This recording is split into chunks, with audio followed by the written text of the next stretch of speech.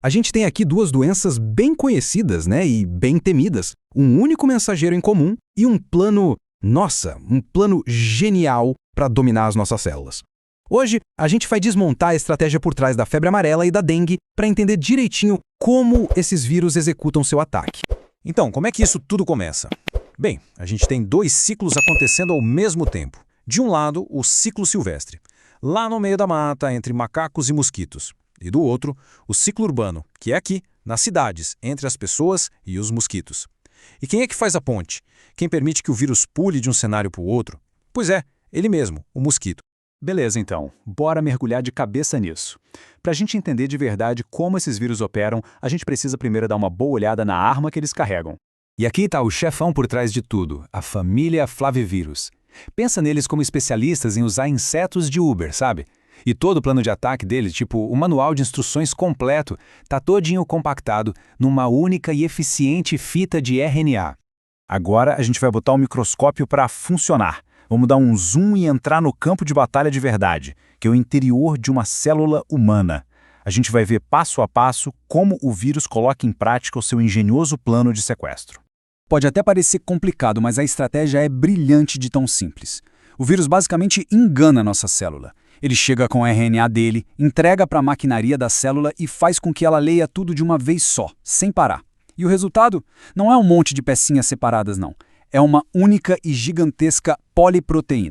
E aí que tá o pulo do gato. Essa poliproteína gigante, imagina que ela é tipo um canivete suíço, daqueles cheios de coisa. Só que ele tá fechado. Todas as ferramentas estão ali, uma do lado da outra, mas estão presas. Para montar um vírus novo, essa tira de ferramentas precisa ser cortada.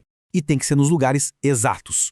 E é exatamente isso que rola. É um processo com nome chique: processamento proteolítico. Basicamente, um monte de tesourinhas moleculares, algumas do próprio vírus, outras que ele pega emprestado da célula, começam a picotar tudo. E a cada corte, uma nova peça é liberada. Uma para fazer a casca do vírus, outra para o envelope e outras para sabotar a célula. A partir daí, a fábrica de vírus está oficialmente de portas abertas. Mas espera aí, a célula não vai ficar parada assistindo a tudo isso, né? Ela não é uma vítima passiva. Ela tem sistemas de defesa super sofisticados. E no momento em que o sequestro começa, aí uma verdadeira guerra celular é declarada. A primeira tática do vírus é ser sorrateiro. Ele age na moita. Ele começa a reorganizar as membranas da célula para construir uns esconderijos secretos, os chamados pacotes vesiculares. Lá dentro, bem escondidinho, o vírus consegue copiar o material genético dele em paz, longe dos radares da célula. Numa célula saudável, o sistema de defesa funciona como um alarme de segurança de última geração. Quando ele detecta um invasor, dispara um sinal de alerta geral, o interferon. Esse sinal ativa os mensageiros de emergência, as proteínas STAT, que saem correndo para o núcleo para ligar os genes de defesa. É a célula se armando para a briga e ainda avisando as vizinhas: olha, tem problema na área. Agora se liga na inteligência do vírus. A contra-espionagem viral é impressionante.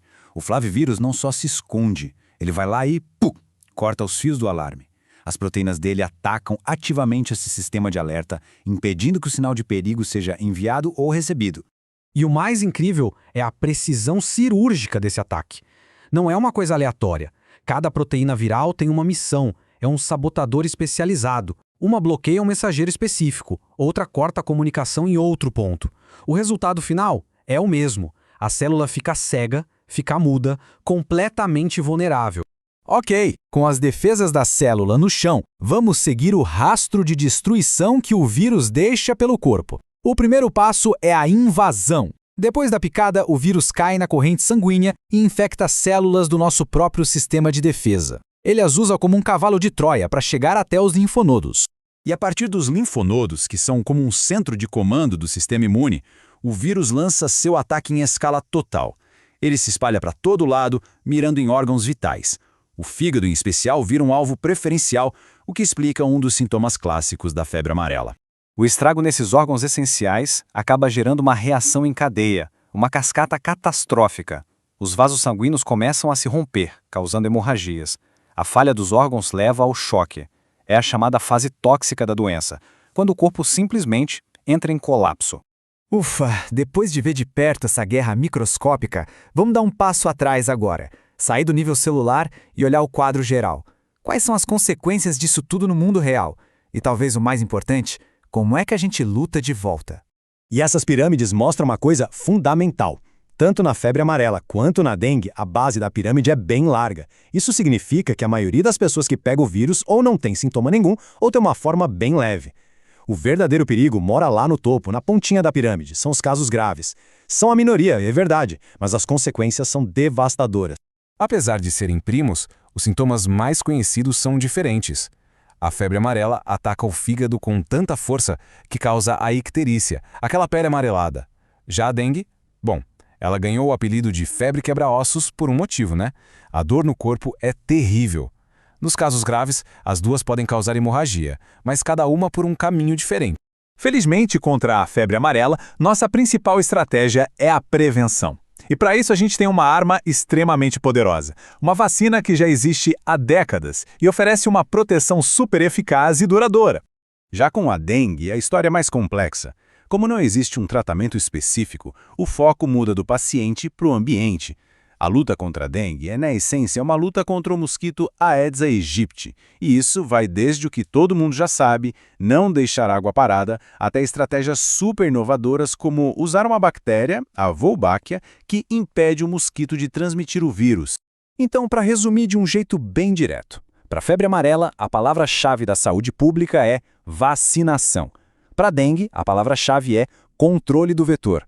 Duas estratégias bem diferentes para combater dois vírus que, no fundo, têm um plano de ataque muito parecido.